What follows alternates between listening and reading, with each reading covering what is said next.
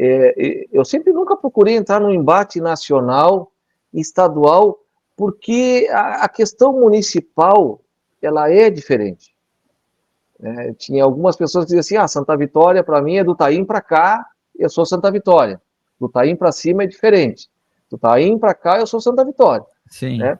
Então, é isso. Então a gente teve vários cenários e a gente conversou. O único partido que a gente não conversou foi com o partido do governo que estava, exatamente porque não tinha como conversar, não tinha diálogo.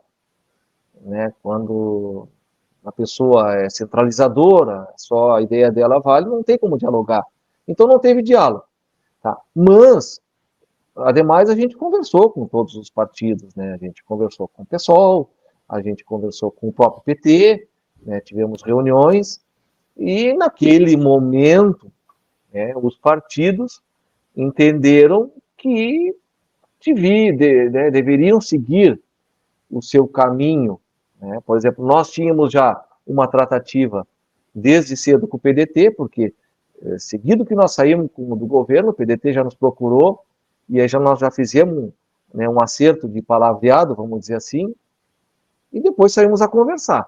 E aí, por exemplo, o Partido dos Trabalhadores já tinha o pré-candidato dele, que era o candidato Batata, que mesmo com todos os possíveis impedimentos, né, que ele tinha, que na realidade, quando ele registrou a candidatura, ele não tinha impedimento, ele conseguiu registrar, né, ele não abria mão.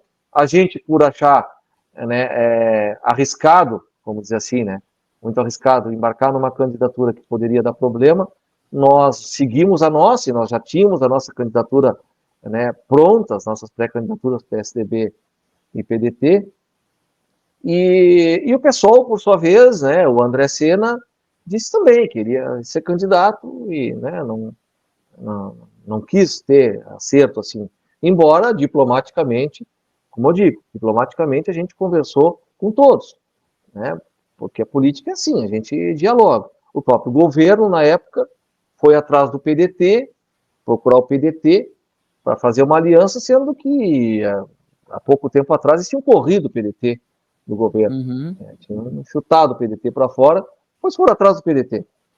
Então, no cenário municipal, ele é totalmente diferente. Então, a gente conversou e aí, naquele momento, não teve um consenso para nós ter um único candidato.